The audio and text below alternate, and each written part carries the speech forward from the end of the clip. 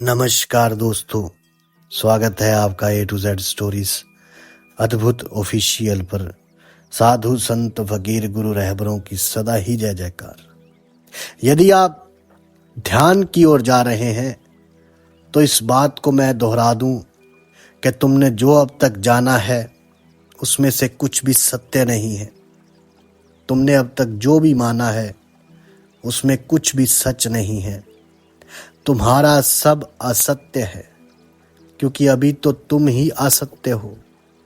असत्य असत्य का मेल होता है, सत्य और असत्य का कोई मेल नहीं होता। उन्हें मिश्रित नहीं किया जा सकता। अभी तक तुमने जो भी जाना है वे सभी असत्य है। तुमने वेद पढ़े, कुरान पढ़ी, बाइबल पढ़ी, गीता पढ़ी, तुमने जो पढ़ लिया वे वहां लिखा नहीं। तुमने वही पढ़ लिया जो तुम अपनी अज्ञान की दशा में पढ़ सकते हो। तुमने बहुत से संयम साधे, मगर तुम्हारे सब संयम झूठ को ही साधने में सहयोगी होते हैं, क्योंकि तुम ही अभी झूठ हो। तुम संयम कैसे साधोगे? तुम्हारा संयम भी एक सपना ही होगा। तुमने तप भी किए, दान भी दिए, तुमने तो उपवास भी किए, तुमने पूजा प्रार्थना भी की, लेकिन सब व्यर्थ गई, सब पानी में बह गई, क्योंकि मौलिक बात, आधारभूत बात तुम्हें ख्याल में नहीं आई। कल मैं बच्चों का एक गीत पढ़ रहा था। नींद घाट से बांझ लदे, चले शहर को 5 गधे। पहला बोला मैं राजा, कहा दूसरे ने जा जा। बोला तीसरा बंद करो झगड़ा, क्योंकि तीसरा था तगड़ा। चौथे ने प्रस्ताव किया, चालाकी से काम लिया। लड़ने से पहले सुन लो, मुझको निर्णायक चुन लो।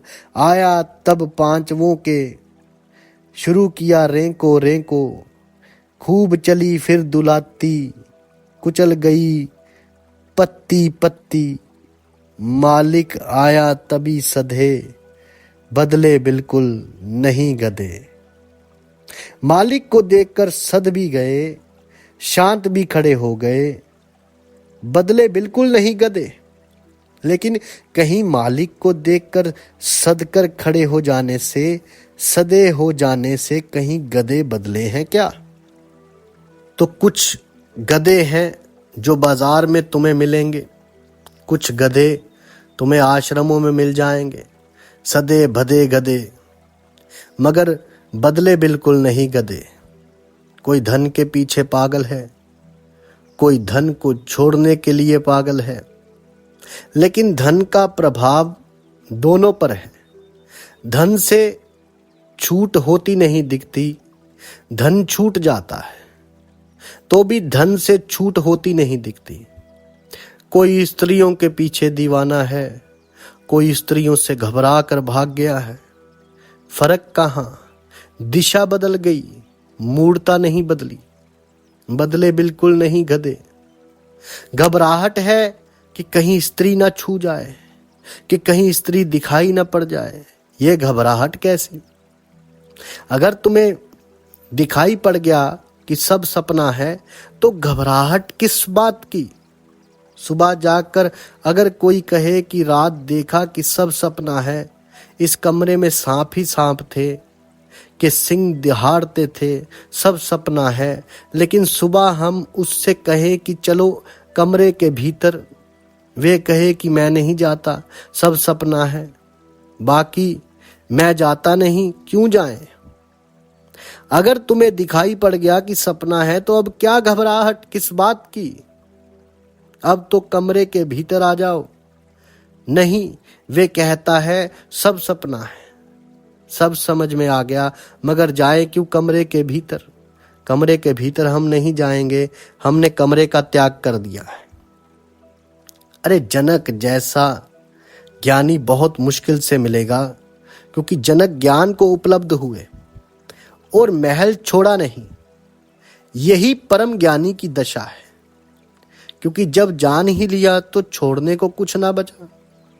जनक ज्ञान को उपलब्ध हो गए, रत्ती भर भी बदलाहट ना की, क्योंकि बदलाहट कहाँ करे। अरे सपना तो गया, अब जो जैसा है वे है। इसलिए ध्यान के लिए तुम्हें घर छोड़ने की आवश्यकता नहीं। इसे समझो, अगर ज्ञान के बाद त्याग की चेष्टा चले तो समझना अभी ज्ञान घटा ही नहीं। मूढ़ों के सिवाय त्याग कभी कोई करता ही नहीं। ज्ञानी क्यों त्याग करेगा? ज्ञानी का तो बोध मात्र पर्याप्त है। उसे तो दिखाई पड़ गया कि ये सब माया जाल है। बस ठीक है, वे उससे आंदोलित नहीं होता। ना तो पक्ष में रहता है, ना ही विपक्ष में रहता है। उस पर इसकी छाया नहीं पड़ती, ना तो आकर्षण की, ना ही विकर्षण की। ज्ञान को उपलब्ध व्यक्ति ना तो रागी होता है, ना विरागी। ज्ञान को उपलब्ध व्यक्ति ना भोगी हो सकता है, ना रागी हो सकता है, ना त्यागी हो सकता है। क्योंकि भोगी और योगी होने के लिए, भोगी और त्यागी होने के लिए सपना चाहिए वही। दोनों का सपना एक है, दोनों की मान्यता एक है। एक कहता है धन में सब है, और एक कहता है धन मिट्टी है। मैंने सुना है, महाराष्ट्र की एक प्राचीन कथा है। रांका और बांका पति पत्नी थे। रांका पति था, बांका उसकी पत्नी का नाम था। थी भी वे बांकी औरत। रांका बड़ा त्यागी था, उसने सब छोड़ दिया था। वे भीख भी नहीं मांगता था। वे रोज जाकर जंगल से लकड़ी काट लाता और बेच देता। जो बचता उससे भोजन कर लेता। सांझ अगर कुछ बच जाता तो उसको बांट देता। रात फिर भीख मंगे होकर सो जाते, सुबह फिर लकड़ी काटने चला जाता। तो एक दिन ऐसा हुआ कि वे बीमार था और 3 दिन तक लकड़ी काटने ना जा सका। तो 3 दिन घर में चूल्हा ना जला। चौथे दिन कमजोर तो था, लेकिन जाना पड़ा। पत्नी भी साथ गई सहारा देने को। लकड़ियां काटी। रांका अपने सिर पर लकड़ियों का गट्ठा लिए चलने लगा। पीछे पीछे उसकी पत्नी चलने लगी। राह के किनारे अभी अभी कोई घुड़सवार निकला है। घोड़े के पद चाप बने हैं और धूल जो थी वे अभी तक उड़ रही है। और देखा उन्होंने कि किनारे एक अशरफियों से भरी थैली पड़ी है। शायद घुड़सवार की गिर गई है। रांका आगे है। उसके मन में सोच उठा कि मैं तो हूं त्यागी, मैंने तो विजय पा ली। मेरे लिए तो धन जो है वे मिट्टी है। मगर पत्नी तो पत्नी है, कहीं उसका मन ना आ जाए, लोभ ना आ जाए, कहीं सोचने ना लगे कि रख लो, कभी दुर्दिन में काम आ जाएगा। अब 3 दिन भूखे रहना पड़ा, एक पैसा पास ना था। ऐसा सोचकर उसने जल्दी से अशरफियों से भरी जो थैली थी पास के एक गड्ढे में सरकाकर उसके ऊपर मिट्टी डाल दी। वे मिट्टी डालकर अभी हटा ही रहा था कि पत्नी आ गई। उसने पूछा, क्या करते हो? तो रांका ने कसम खाई थी कि कभी झूठ ना बोलने की। बड़ी मुश्किल में पड़ गया। कहे तो डर लगा कि ये पत्नी झंझट ना करने लगे, और कहे कि रख लो, हर्ज क्या है, भाग्य ने दी है, भगवान ने दी है, रख लो। कहीं ऐसा न कहने लगे, स्त्री का भरोसा क्या।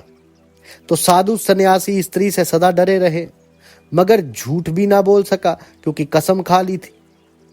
तो उसने मजबूरी में कहा कि सुन, मुझे क्षमा कर और कोई और बात मत उठाना। सत्य कह देता हूँ, यहाँ थैली पड़ी थी। ये सोचकर कि तेरा लोभ ना जाग जाए, मैं तो खैर लोभ का त्याग कर चुका हूँ, मगर तेरा क्या भरोसा। स्त्री यानी स्त्री, स्त्री का कहीं मोक्ष होता है क्या? तब तक वे पुरुष ना हो जाए तब तक मोक्ष नहीं कहते। अब ये जो तुम्हारे धर्मशास्त्र है, सब धर्मशास्त्र पुरुषों ने लिख रखे हैं, वहां भी बड़ी राजनीति हुई है। तो तू स्त्री है, कमजोर हृदय की है, रागात्मक तेरी प्रवृत्ति है, तो कहीं उलझ ना जाए, इसलिए तेरे को ध्यान में रखकर मैंने ये अशरफियां जो थी वो मिट्टी में ढक दी थी और ऊपर से मिट्टी डाल रहा हूं। जब रांका की ये बात सुनी तो बांका हंसने लगी। उसे नाम इसलिए तो बांका मिला था वे कहने लगी, ये भी खूब रही भाई, मिट्टी पर मिट्टी डालते तुम्हें शर्म नहीं आती?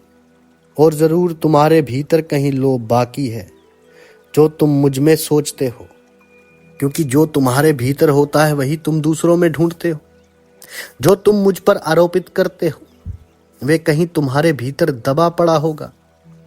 तुम्हें अभी सोना सोना दिखाई पड़ता है, तुम्हें अभी भी सोने और मिट्टी में कुछ फर्क मालूम नहीं पड़ता।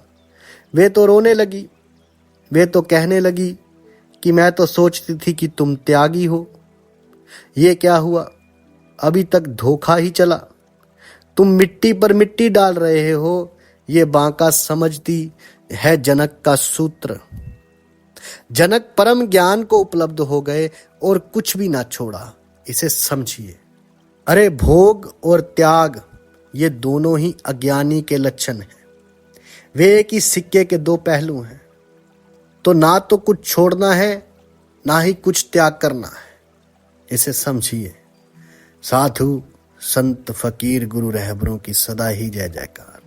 जल्दी मिलते हैं एक नई वीडियो के साथ। तब तक के लिए आप सबका धन्यवाद। आप सबके भीतर बसे उस परमात्मा को मेरा प्रणाम।